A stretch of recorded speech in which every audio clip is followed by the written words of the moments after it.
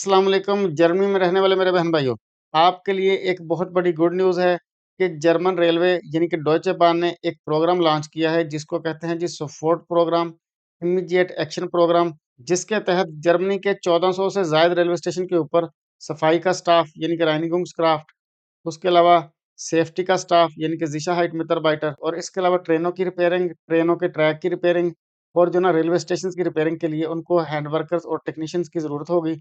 जिसका मतलब ये है कि बेशुमार नौकरियाँ आएँगी। इसका मतलब ये है कि जो लोग जॉबलेस हैं, उनके लिए एक अच्छी अपॉर्च्युनिटी होगी।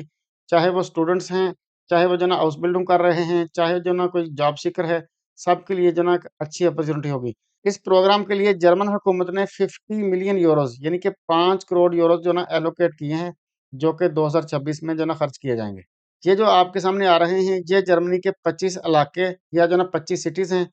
इसके अंदर जो ना 1400 से ज़ायद रेलवे स्टेशंस हैं, जिनके ऊपर जो ना इस स्टाफ की ज़रूरत होगी। जर्मन रेलवे यानी कि डॉइचे bahn ये चाहता है कि जो ना रेलवे स्टेशंस की सफाई, उसकी जो ना सेफ्टी और उसकी रिपेयरिंग का जो काम है, वो स्पीड के साथ और तसल्ली बख्श हो।